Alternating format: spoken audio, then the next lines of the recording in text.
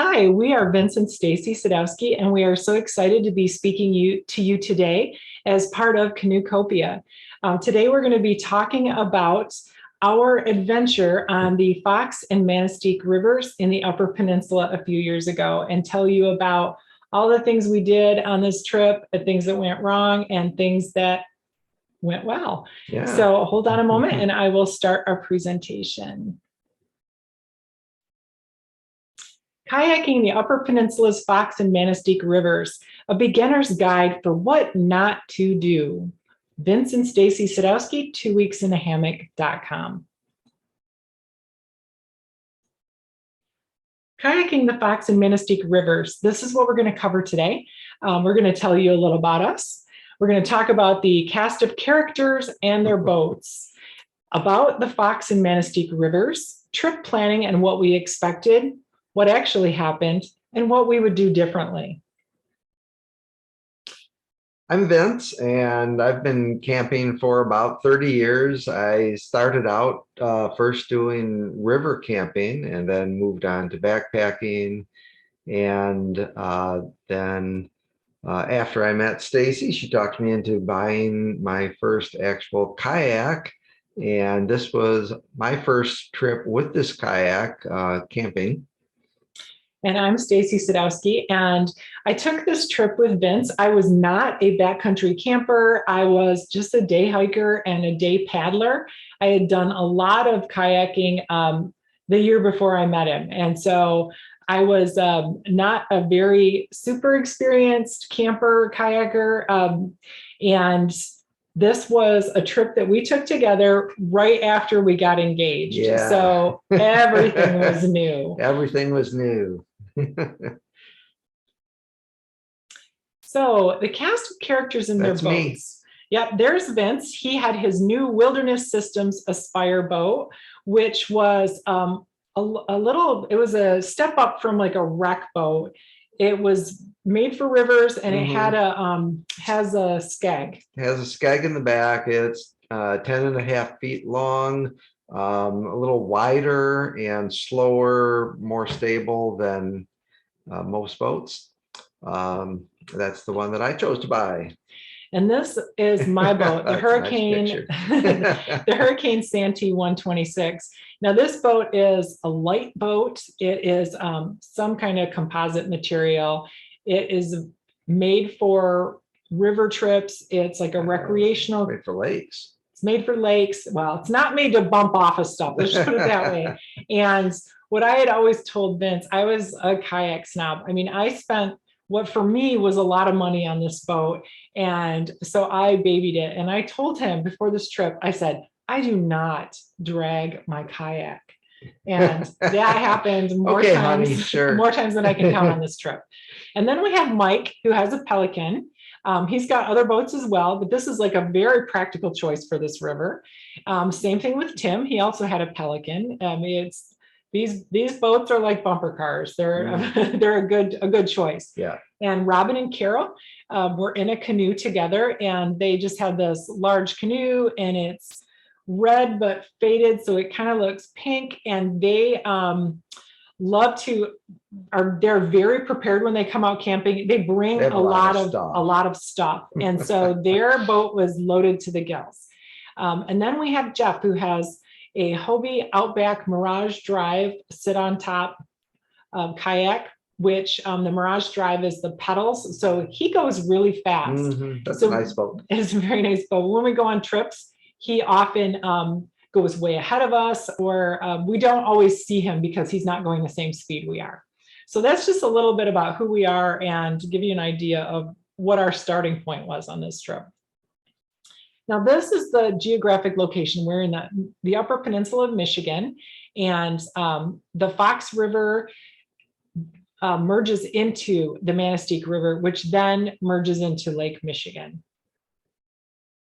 And looking at it a little closer, our total trip was 84.6 miles over 5 days.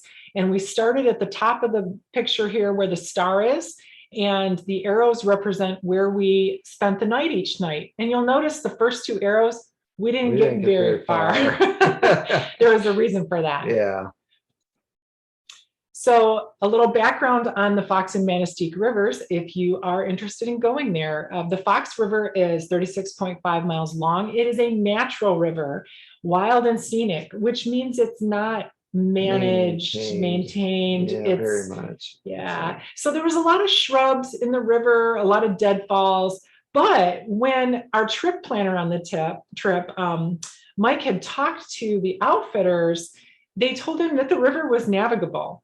And that became a point of concern later. Let's put it that way. What's that word? What's Yes, that word mean? and I was not privy to that conversation, but we all felt later as though there was some miscommunication there, but not sure exactly what happened. But we were in for more than we expected. But they were right. We navigated it. We did navigate it. We did. So this river is a very popular fishing river, and it is a river that Hemingway spoke about. Hemingway has one M. That was a typo I missed. Okay. That Hemingway wrote about in his Big Two-Hearted short stories. So this river has like a romantic appeal to it. At least that's what Tim and Mike said when they planned the trip. Then we've got the Manistique River. Turned into a love-hate relationship. Yeah. So the Manistique River is 71.2 miles long, and it goes out into Lake Michigan. And along here is the Stacie Wildlife Refuge. Very nice. Yes, very beautiful. Sandy slopes, wide and calm. And this is the outfitters map, and you can see where they're located on the river right near Germfask. So trip planning and expectations, without going too much into this, because this was kind of out the window. What did happen, this is what we thought would happen. We launched from the Stacie Township Park, and we were going to camp after the spreads. Now what the spreads is, and this is important to know, it's an area that you encounter pretty early in the trip where the river branches off into a whole bunch of channels. And the channels are like kind of through a marshy, low area. Marshy, low, grassy area. And these channels are fast, and they're not much wider than your boat. Yeah. So tight. It's kind of like riding a ride at the amusement park. You're like zipping through the log flume or something. But so that was an area that we were going to encounter on the first day. And then after that, we were going to camp just past the wildlife refuge, which we didn't get anywhere near that far, and then on down. So we'd planned some days between 3 to 4 hours on the first day, because we knew that after the spreads, there was not a lot of good spots to camp along the river there. So we thought we'll camp early and then have a long day the next day.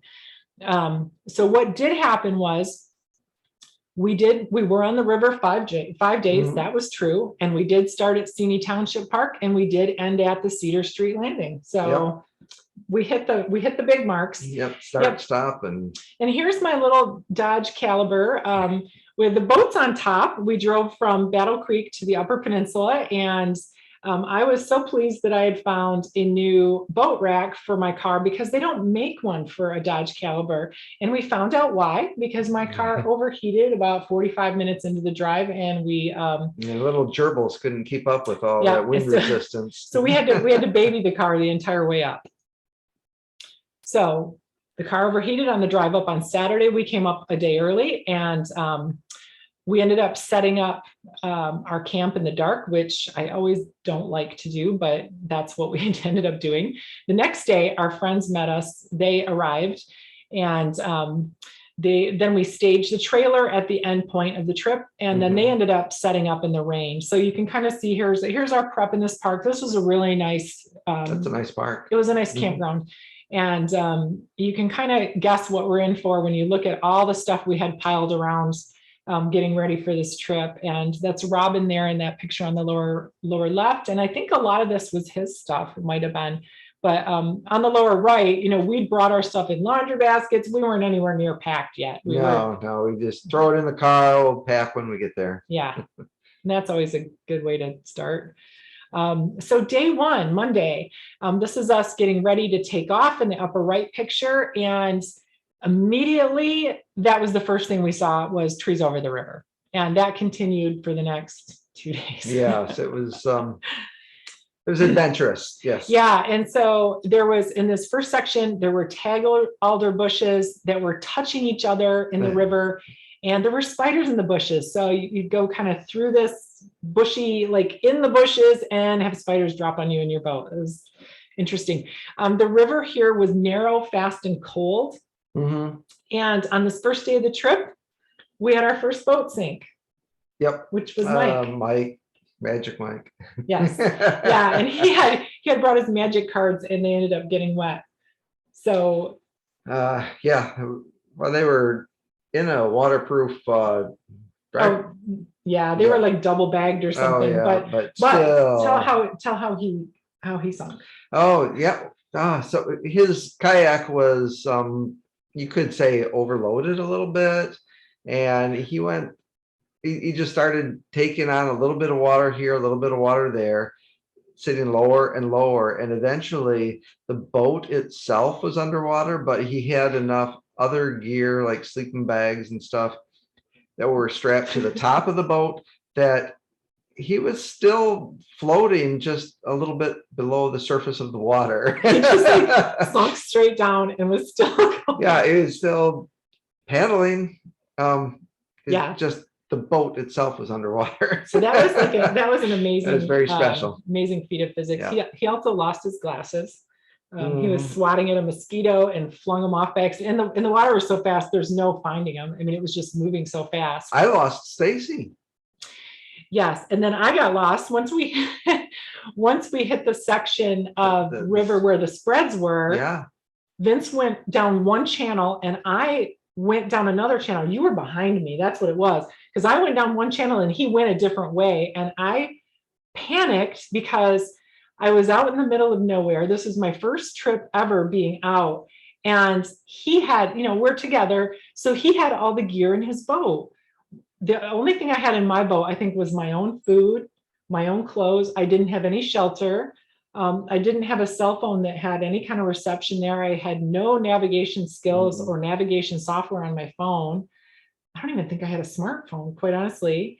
And yeah, probably saw that little BlackBerry thing. No, I don't know what it was. But anyway, I was concerned that the little channel I was taking was going to lead me to like a swamp, and I'd be sitting out there in the middle of nowhere. Right before we had hit that spreads area, we had taken a lunch break, and Vince and Tim and Mike were talking about the fact they were tracking it on their devices, and they said, "Oh, this is strange.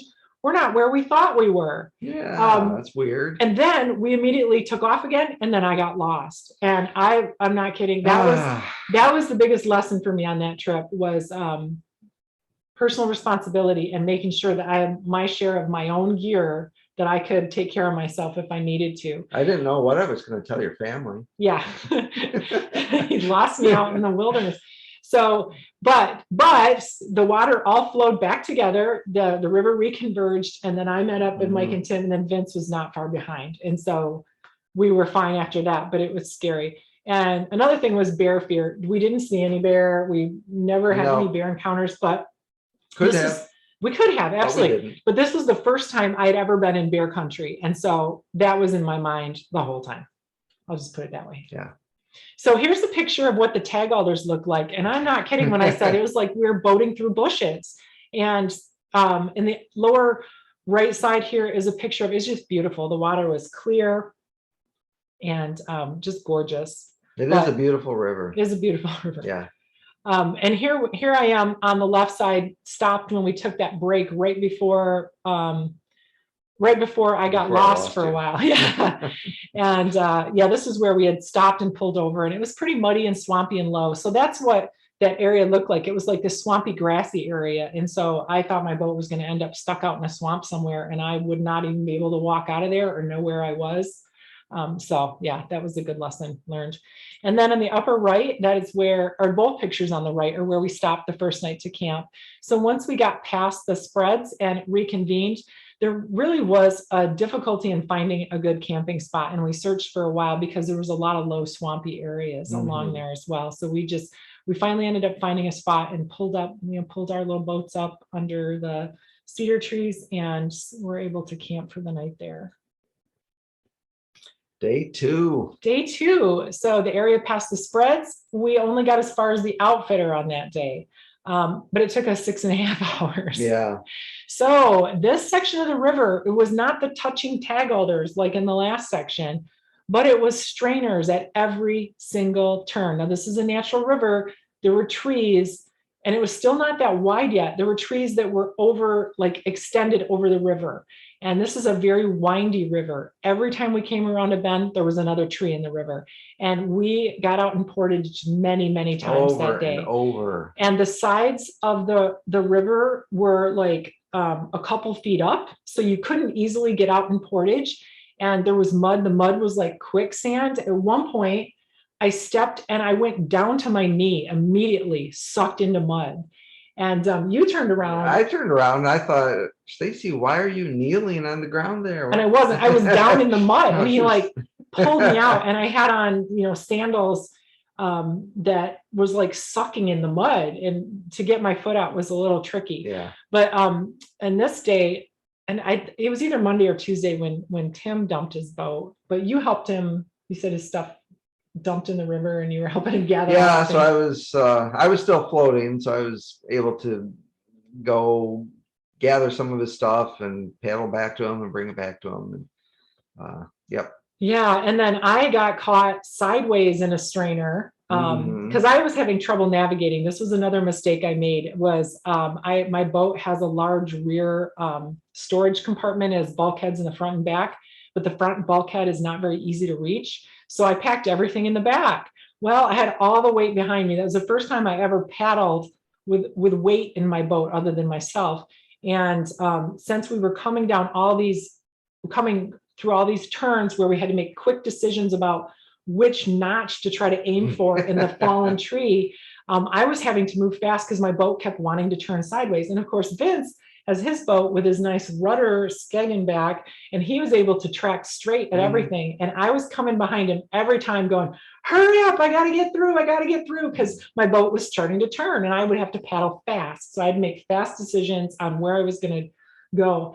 And one of the times my boat turned sideways and started to like tip into the tree and started to fill with water, and it partially filled with water. I didn't completely flip over at that point, but I got wet and I started to get cold. Yes. And so in this picture, you'll see Vince is navigating an obstacle that was very typical. This was just this log that went all the way across the river, and you can see beyond him, there's no way to get out and get around it. No, I came up to this log in the river and like, no, I'm not going around it. I am going to go over it. So, and it's deep water. It was waist deep. I couldn't just step out.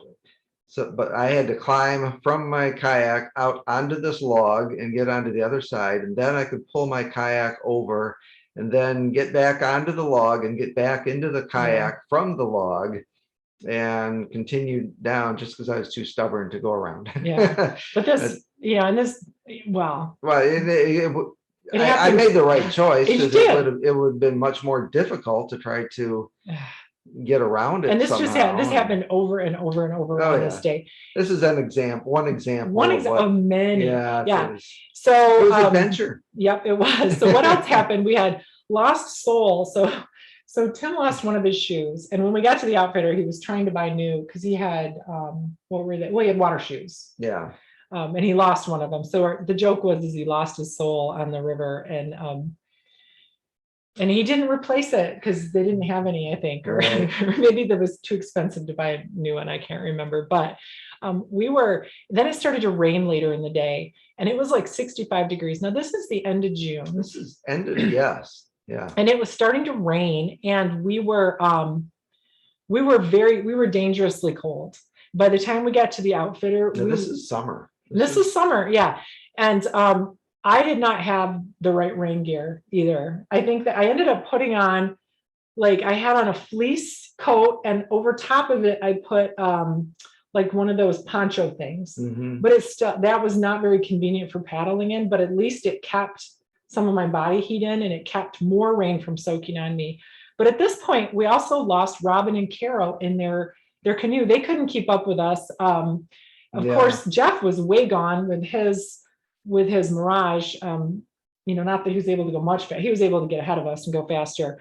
but we didn't know what had become of Robin and Carol because we knew all the obstacles we had navigated. We were navigating in our kayaks with our stuff strapped in or packed into bulkheads. And they had that big open canoe with all the stuff they had brought. And so we were like really worried about them. How did they possibly go around some of these things? I still don't know. So when we got to Germfast and we checked in at the outfitters and had that conversation with them about the navigability of that river and how we were a little surprised at what conditions we found. We then the campground had hot showers, and not like I had a dry towel, but there was hot showers. And then we walked to the bar in town and we had a hot meal, which was delightful. Oh, yes. Except for we didn't have any cash, but thank goodness Tim had cash. But that's another tip, is always have cash. Always have some cash, because you never know where you're going to pop out and what's going to happen. And so we had next best thing, we had Tim. So he lent us some money. You paid him back, didn't you? Yeah. Oh, he might see this, right? I might have just sold him. Yeah. So anyway, so we were at the outfitters and Robin and Carol never showed up that night. So here's me navigating around a very typical obstacle, the trees in the river. There's like this one little, like maybe 3 foot wide spot where you can thread a boat through. But as soon as you thread through, there's another obstacle to get around. And if you look over to the left side of this image, that's the kind of thing we were looking at all day long, was like all these branches poking straight down into the river. You can't really go through that, or sometimes you could, depending. So you had to make that decision quickly at every turn. Like, okay, what's this obstacle? How am I going to get through there? And I would try to hang back and watch what Vince did first, but then I had to go fast because my boat was turning. So here I am trying to like navigate through this with my boat trying to turn, and the banks are high enough where you can't easily get up, and it's so muddy and you can't easily get up and portage around things. You had to go through them or over them. It was quite technical, for sure. It was exciting. It was exciting, yes. And then there was... That's what we called it. But then there's these Boy Scouts. There was a group of Boy Scouts on the river with us, and they were doing a 100-mile trip. And they had, I think, maybe 4 canoes. And they were moving through, pretty well with these canoes. But we included this picture. Tim took this picture. Quite honestly, I don't think I took any pictures on this day. You were foraging. I was just trying to survive. But this was one of Tim's pictures of the guys, the Boy Scouts working through one of the obstacles. And you can just see, coming at these obstacles, it was difficult to decide where best to put your boat. Yeah. Day 3. So we left the outfitter in Germfast, and I'll just say the outfitter's property is up on a high slope too. And so getting in and out of the boat at the outfitters was hard because it was like a steep, like, I want to say almost like a 45-degree angle. Well, that's how we remember it. That's how I remember it. It was steeper than your typical boat ramp, and it was like a wooden ramp, like. And I just, that whole night I worried, like, how am I going to get back in my boat? And I'd been so cold. I thought, we're going to try to leave here in the morning and I'm going to fall out of my boat immediately and basically die. I thought every day we were going to die. But she did not actually die. We did not actually die. Right. Nobody actually died. So we waited until like 11 o'clock that day to leave because we were hoping that Carol and Robin would show up, and they didn't. And they died. No, they didn't. They stopped. No, they're fine. But we didn't know right away what had happened, and we kept in touch with the outfitter. And so we moved down the river, and this section of the river was beautiful and peaceful, and the river widened out. When there were deadfalls, they only partially went across the river, so they were pretty easy to steer around.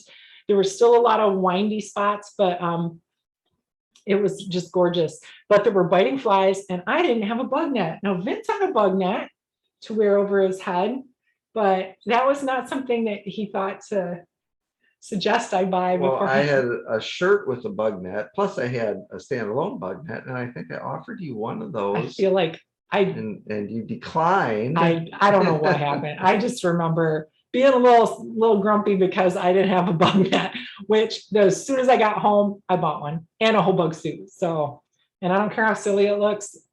love it. Yes. But I've never, but this is, yeah, anyway. So once we got going and we got paddling, I was ready to paddle because I love paddling. I love paddling fast. I love moving down I love the rhythm of it. Vince. I love sitting in the river and letting the river carry me. And I'll steer, but I don't want to have to work any harder than I have to. Yeah. And I so want to enjoy nature, but she wanted to go, go, go. So we hooked up a tow line. And in this picture, you can see, that was our compromise. So new couple trying to figure out how to live life together. And I said, I don't even care. Just hook your boat to mine. I'll paddle. You can float. And that's what we did that day. And down here on the lower left, you can see that's the signage when you move into the Stacie Wildlife Refuge area. It's well marked on the sides. And other than that area, there's state forest land. You can camp along the river there. Other than where there's actually a campground where we got to later. But at one point we pulled out for like a lunch break and we were at a boat ramp when the outfitter was either picking somebody up or dropping somebody off, and we talked to them and they had told us that, Carol and Robin had turned up at the outfitters later that day. And as Carol told it, she showed up and she had like sticks and leaves in her hair and she was all some spiders. some spiders. She said that she had a spider phobia and she got over that because there were so many spiders in the boat. But and she said, I think they gave her a hot cup of tea and she was so grateful. And then her and Robin got a ride with the outfitter down the river farther. Mm-hmm. So they basically camped for 2 days and just chilled and waited for us to show up to them. So by that point, we had heard, okay, Carol and Robin are safe. They're down the river. We'll catch up with them later. So we felt pretty good about that. And so here's some of the just beautiful scenery we enjoyed this day. When we got to this section, we started to see a lot more like sandy slopes on the edges. Again, there was lots of turns, a very windy river, but just very, very beautiful. It is beautiful river. And I can certainly see why people start at Germfast and go all the way down to Manistique.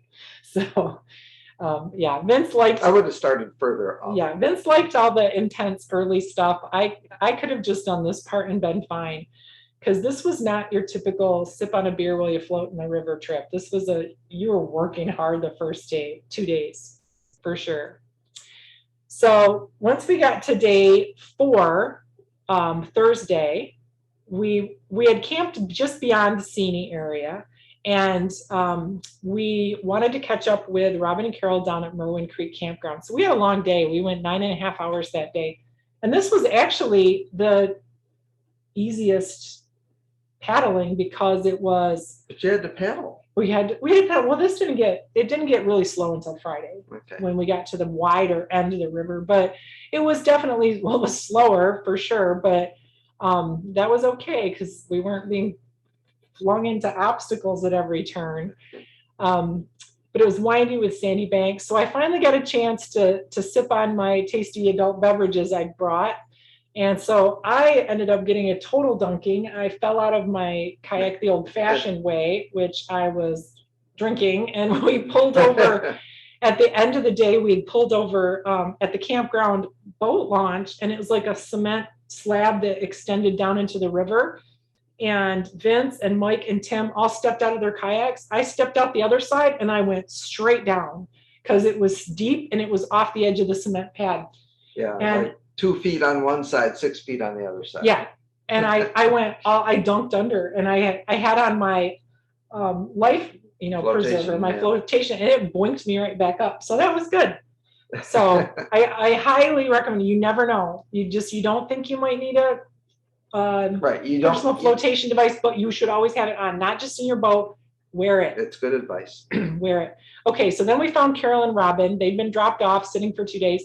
And then we found the mosquitoes. The mosquitoes. Oh my goodness, the and mosquitoes. So the picture in the bottom here. Okay, so the picture at the top, that's Mike, and we're like on a sandy bank, and we were taking a break, and that was super lovely. Beautiful sunny day. And then below, we were all sitting around the campfire, and you can see Carol and Robin are like, Carol is like bug netting. I think they had dipped it in the, what's the chemical? Permethrin. Yeah, and like she wrapped it around herself. That's how she was keeping the mosquitoes off her. The mosquitoes were terrible. So our hammock has like a bug net like around the tarp, and we're sitting in our hammock looking at the mosquitoes on the tarp, and they were like solid mosquitoes. Yeah, listening to them too. I'd never seen so many mosquitoes in my life. I mean, people joke about mosquitoes in the UP, but it was true. That was a new experience for me, is like a biblical level of mosquitoes. Yeah. It was plague. crazy. And then the other plague. So this campground is apparently popular with people who like to come out and party because mosquitoes because they can drive to it. And so there was like loud people partying at the next campsite over. Day 5. Day 5, Friday. So we went from Merwin Creek Campground there where the marker is down to just below where it goes below out of the picture. But you can see how windy this river is. It was like this the whole way. And so I just included this picture because I thought it was kind of fun. It's yeah, just really interesting river for sure. And so this part, so we were a little over 8 hours on the water, and this got slow because the river starts to get wider and slower as it approaches the dam before the city. And we were chased by a storm at the end. Like, are we going to make it? Are we going to make it? And so we had to paddle a lot that last day. That was a different kind of work. So it was a varied experience from day 1 to day 5, very different river conditions every day. It was very interesting. And then we got out and we went back to the town of Stacie for dinner, and we ate at the little bar there where we got incredibly slow service just to cap off. Do you remember that? We sat for a very long time before they brought us our food. And we enjoyed it. We didn't care. We were like sitting indoors and we were having drinks and relaxing. It's a good time. Yeah. So what we would do differently. What would you do different? Carol, who we thought she would say, I wouldn't have brought so much stuff in that canoe. Carol actually said, not go. That's what she would have done differently. And Vince said, I'd start further upstream. That was great. And what I said was I would do everything different. I would pack my boat differently as far as the distribution of weight. And since I have employed a lot of these things, I would up my game with personal responsibility and not be reliant on the other people in the group. If I got lost, it hadn't even occurred to me what would happen if I got lost. I just basically, how do you get lost on a river, right? Right. Well, so I basically just showed up on this trip, Vince has got it figured out. Mike and Tim planned it. That's fine. I just showed up like some jerk with my boat, like, okay, where's the river? And that was a mistake. That was really bad. So I did enjoy it. It was a wonderful trip. It was a lot harder than I thought. I'm kind of glad I didn't know. I don't think I would have packed different things per se, like as far as clothes or stuff like that, other than I would have had a bug net. Yeah, I guess there's a lot of things I would have done differently, and I have done differently since. But that's what camping's about, isn't it? You get out and you live and learn. And every time you go out, you write stories about it. Write stories and tell stories about it, like we're telling you our story. And then this in the lower left here, my boat was filthy and scratched. And you never drag your boat. I drag it now, and my poor boat. And there's been other trips since where we banged off a lot of rocks, and I got cracks in my boat, which has now been patched. But I still love my boat dearly. But it's definitely gotten its the new car smell is gone. We'll just put it that way. And just to kind of close with some comments from Carol and Mike from the trip. So Carol said, and these were comments I pulled off of Facebook right after the trip, because I did ask people since then, what they remembered or what they would do differently. But I got some more interesting responses by pulling this off Facebook. So Carol said, we renamed it the Furious Barrel Fox. It was very trying, but good for the soul. Indeed, the fishes have claimed a few items of ours. Hope they use them well. All in all, I learned a lot about myself. And Mike said, hardest river I've ever done, bar none. By hard, I don't mean requiring lots of skill, just physically draining to a ridiculous degree. And I would agree with that. Buggiest to the point of near insanity and obstructions on every single bend once past the spreads. Just physically, massively draining. That said, I'm glad I did it once and feel it was a notable accomplishment. It was just super physically tough. Now, when I did circle back on the group and ask them, what they remembered about the trip, what did Jeff say? Jeff said that he blocked it. It must be a repressed memory. And he remembered lots of mosquitoes and lots of obstacles. That was his memory.